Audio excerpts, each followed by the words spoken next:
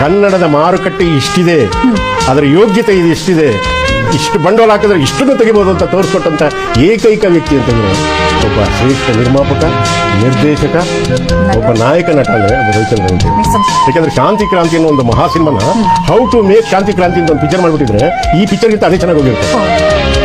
ಹೌದು, ಮಕ್ಕಳಿಗೆ ಹಾಲಿನ ಟ್ಯಾಂಕರ್ ತರಿಸ್ತಾ ಇದ್ರು. ಹಾಲಿನ ಟ್ಯಾಂಕರ್ ಯಾವ ಕನ್ನಡ ಸಿನಿಮಾದಲ್ಲಿ ತರಿಸಿದ್ದಾರೆ? ಯಾರು ತರಿಸಿದ್ದಾರೆ? There is an older Kannada movie that you would like to remake. I know you don't like to do remakes, but if there is an older Kannada movie that you would like to remake, which one would it be? One is, I think, Accident from Shankar Nagaraj.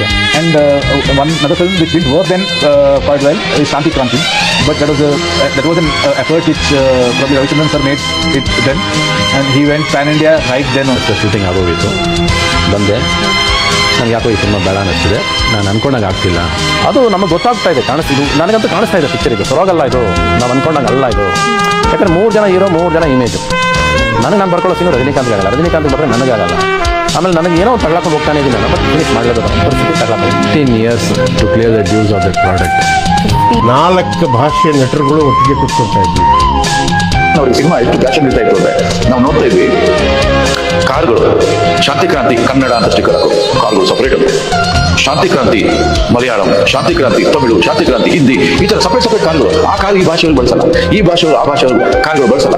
Assistant director ಒಂದು uniform ಹಾಕೊಂಡವರು, badge ಹಾಕೊಂಡಿರೋರು, ಶಾಂತಿ ಕ್ರಾಂತಿ Tamil assistant director ಅವರು ಗುರ್ತಿಡೋದು, ಶಾಂತಿ ಕ್ರಾಂತಿ manager Kannada, ಶಾಂತಿ ಕ್ರಾಂತಿ Hindi manager Kannada, ಪ್ರತಿಯೊಬ್ಬರಿಗೂ separate. ಈ ತರ ಯಾರು ಮಾಡಿಲ್ಲ.